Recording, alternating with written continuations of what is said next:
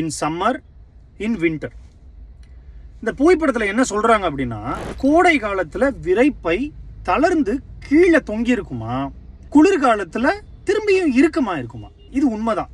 ஏன்னா எப்பயுமே விரைப்பந்துகள் கொஞ்சம் குளிர்ச்சியாக இருக்கணும். நம்ம உடலோட டெம்பரேச்சர்ல இருந்து ஒரு 2-3 டிகிரி செல்சியஸ் குறைவா குளிர்ச்சியாக இருந்தால் தான் விரைப்பந்துகளால் டெஸ்டோஸ்டிரான் ஹார்மோனையும் விந்து அணுக்களையும் ஆக்கப்பூர்வமாக உற்பத்தி செய்ய முடியும். அதனால தான் கோடை காலத்தில் சுற்றுப்புற சூழல்ல அதிகமான சூடு நிலவுறனால டார்டோஸ் கிரிமாஸ்டர் அப்படின்ற தசைகள் தளர்ந்து விரைப்பையையும் தளர்ந்து கீழே இறக்கி வச்சு, குளிர்காலத்தில் திரும்பி என்ன பண்ணிரும், இதே தசைகள் திரும்பியும் இறுக்கமாகி அந்த விரைப்பந்துகளை திரும்பி மேலே ஏற்றிக்கிறோம். இந்த மாதிரி சின்ன சின்ன விஷயத்த அறிவியலை பற்றி படிக்கிறப்ப தெரியறப்ப கடவுள் எப்படி நம்மளை படைச்சிருக்காரு அப்படின்றது ரொம்ப ஒரு மலைப்பாக இருக்குது.